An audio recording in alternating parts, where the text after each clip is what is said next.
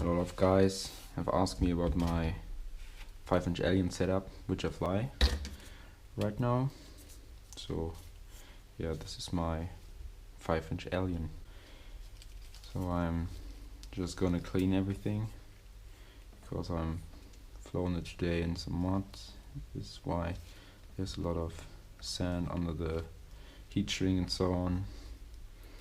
Yeah. So I fly with copper 2204 2300 kV motors on KISS 24 amp ERCs, and I'm also using the KISS FC. There's a little bit of corrosion X on it. That's why there's so much sand sticking on it. Yeah, and I've flown a lot of boards. Colibri F3 on the Power Cube, the regular NACE 32 on 2K, and I really have to say that the KISS FC is the best FC you can get right now. Flies super smooth even on stock pits, 3.5 on pitch and roll, and yeah, it just performs very well. So I'm flying with it I think 2 weeks now, and I have to say that it really flies great. You actually are not getting a lot of gel on your video. It's just a decent amount like everybody gets if you have a hard tune. And yeah, I'm also using the Core Pro, just the Core PMP Pro, because I was using the Power Cube before, and this is why I have a Core Pro, not a PMP 50, and this is also why I have to use the little current 100 amp current sensor to get the correct voltage and current ratings. I will maybe change to a KISS OSD or just a normal PMP 50 in time, but I don't actually like the overlay, the OSD of the minimum OSD or of the KISS OSD. It's just too minimal and does not look as good as the PMP 50. Normal HS1177 camera, which is actually recommended for the Alien frame. Some weird Hobby King 500 milliwatt VTX, the Futaba R3008 SB, running on S-Bus 2 protocol.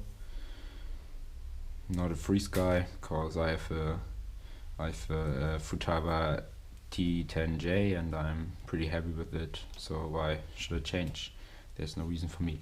I also cut a bottom plate out of a 1.5 millimeter or 1 millimeter carbon plate to get a 2.5 millimeter carbon bottom plate, because I'm actually running a 1600 milliamps 4S LiPo, and that's a little bit heavier than the normal 1300 ones.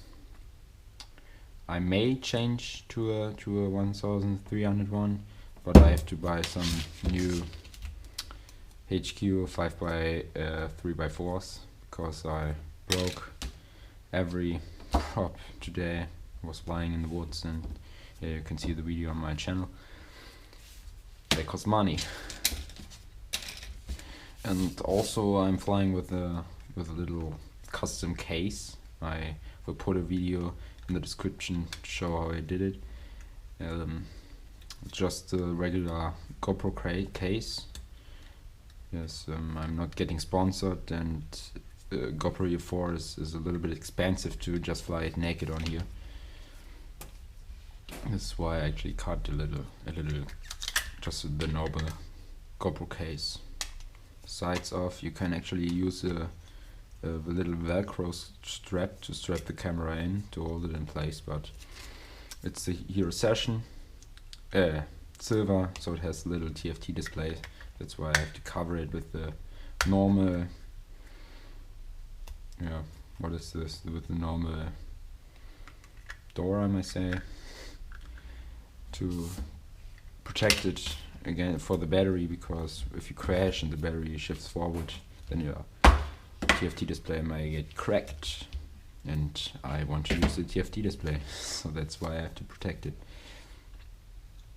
So yeah, I'm now gonna open it up so you guys can see.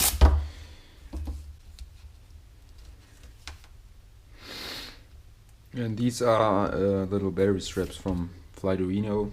They're really light and I like them, so that's why I use them. So, and I'm also using the MRP straps, but they are, I bought them in the wrong size. I thought like, yeah, medium size would be good to strap the battery on it, but they're just as thick as the large, or the, I don't know, the 2x large size. I don't know what this size is, but this is only for strapping the GoPro on it. They're pretty heavy, like 7 grams, I guess. Yes, so that's why I used the little Arduino straps.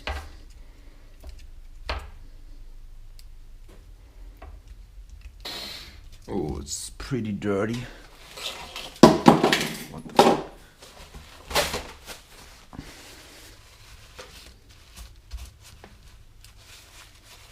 May just have to use the high pressure gun to keep all the dirt of it. So this is what I'm going to do now. I have to cover it up here a little bit. Do not use Corrosion X, it's just can't get it off. It's just too sticky, and yeah, a little dirt will sum up on here, and that's not a good thing. I don't want to, dang it, I don't want to take everything apart of it, but I probably have to. Not using this little teeth brush here. Corrosion X is very useful, but in my opinion it's just a huge mess, because it's actually not a lac or something that will stick on it and dry out. It's just like WD-40. It will just float on it, and yeah, it's just a huge mess. But no, in the winter I definitely have to use it again, because I don't actually have a chance in using it.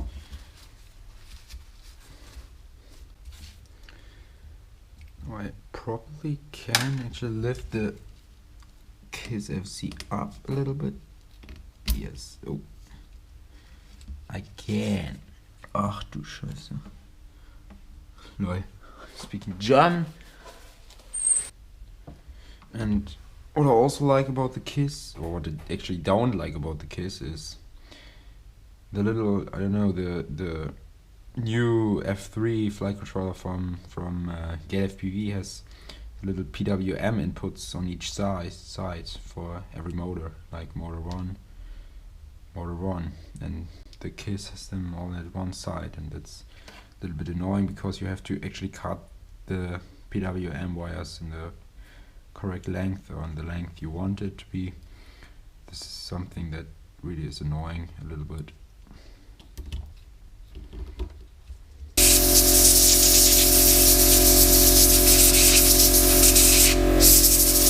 And what I also did is I actually soldered the little connectors directly to the PCB, because I had a lot of issues with the little Molex connectors, that they come off during flight even if I hot glued them on.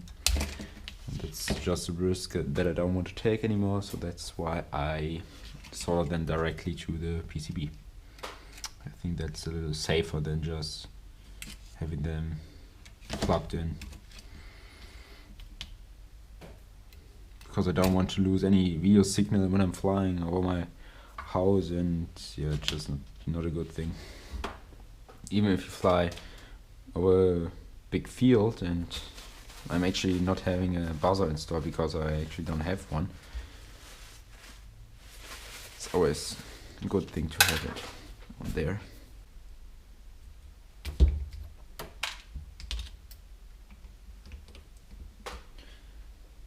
Lord, the screw is a little dent. What the fuck? Aluminium is light, but just not as strong as metal, I must say. Just look at this.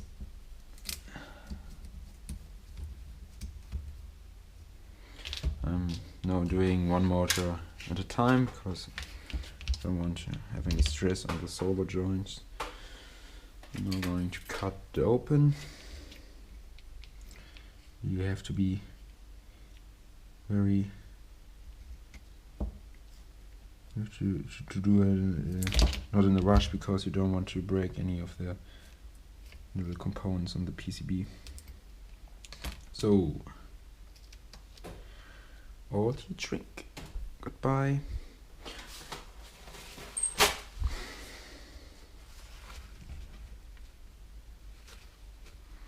So I will leave it on there now, for now.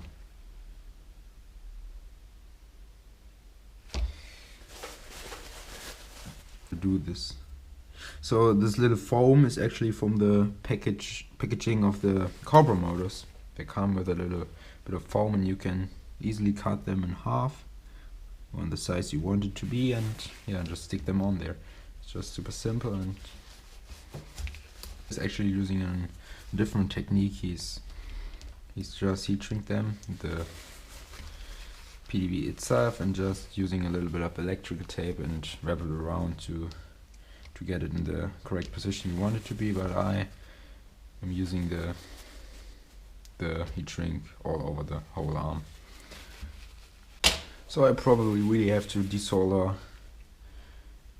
the ESC from the PCB to put another piece of heat shrink, because if I just desolder the motors from the ESC, then I can't really get enough heat shrink on it, because I wanted to protect the a little bit further than before, because a lot of dirt is getting in there and I don't want it to be in there. So that's why I really have to desolder plus and minus and the little signal cable.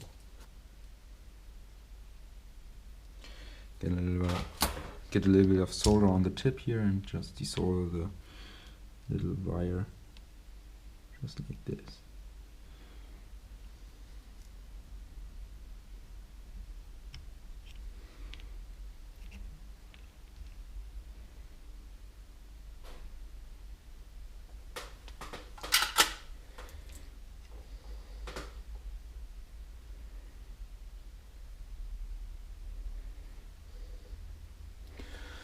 Now I'm also going to remove the signal wire from the PCB.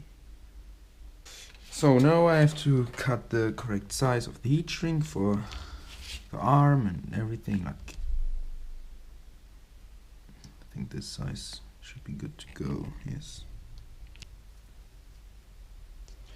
Place the foam underneath it and just go ahead and... I'm still recording. I'm still recording. So I already cut the heat shrink in size, and now I'm going to put it on the arm. Yes. And I'm also using 18 gauge wire, because it's probably only rated for 18 amps, 20 amps I guess, but it's very short, the wire, so that's why I actually don't have to use 16 gauge wire. It's just thick for me, and yeah.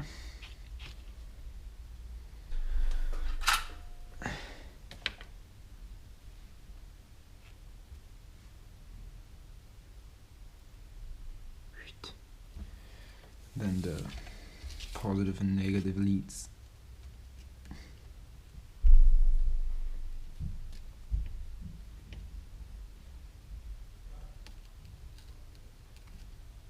Just like this.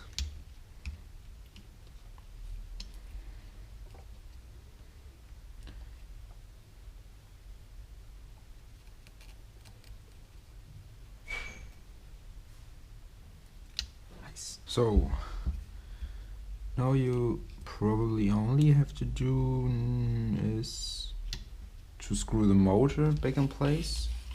Yeah, get it in there.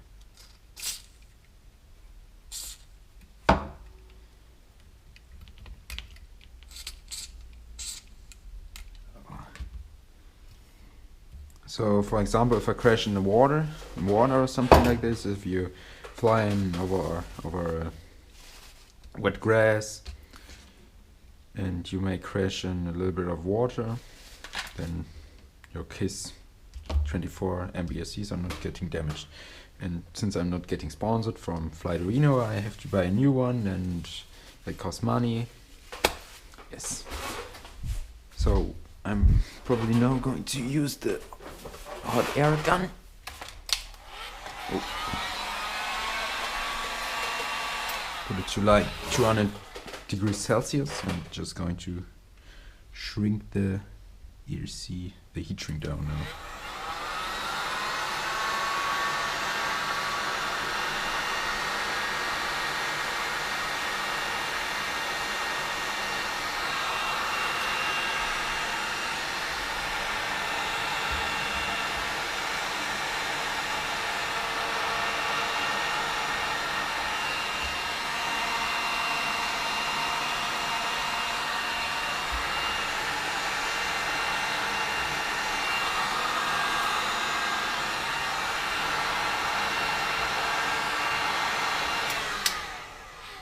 There's also no chance of ripping the motor wires off by a branch because they are covered now under the heat shrink. That's a very good thing. And what I'm also going to do now is drop a little bit of hot glue to close the whole heat shrink, because you can't swipe, you can't shift the heat shrink as forward as you need it to close the whole second arm.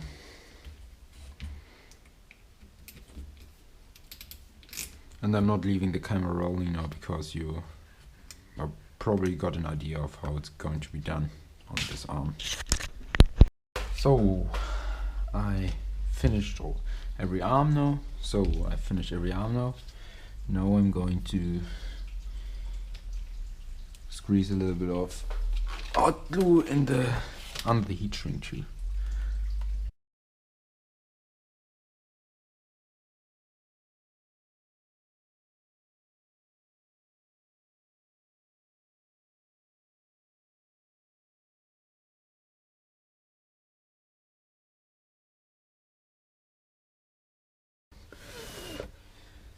Just leave it dry now.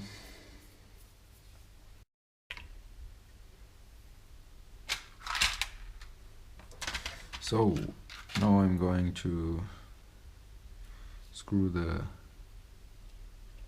KISS FC back in place again. And the first thing that I really do is just place the VTX. Now I can say you the name. It's an TS58500 Hobby King Sky Zone / Bosscam video transmitter. But it really performs well, and what I also had to use is just a little converter thing to, because here's a RP-SMR adapter and the Spironet is SMR, so that's why I have to use a little connector thing. And if I have the money, I will probably also buy a Team Black Sheep, what's it called, I don't know. I want to change them, I have to take apart the whole quad, and that's, yeah, it's not a good thing. So let's put the little spaces in place back again.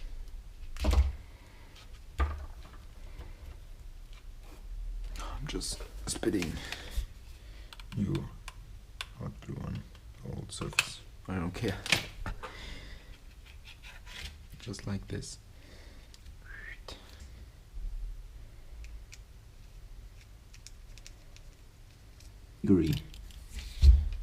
Fury is that's the wrong word, I don't know.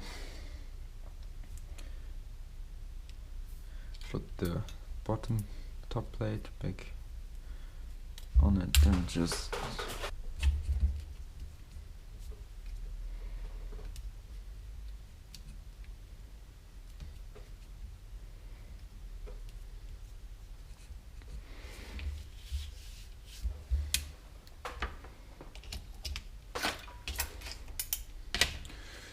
So well guys, this is how you build your 5-inch alien.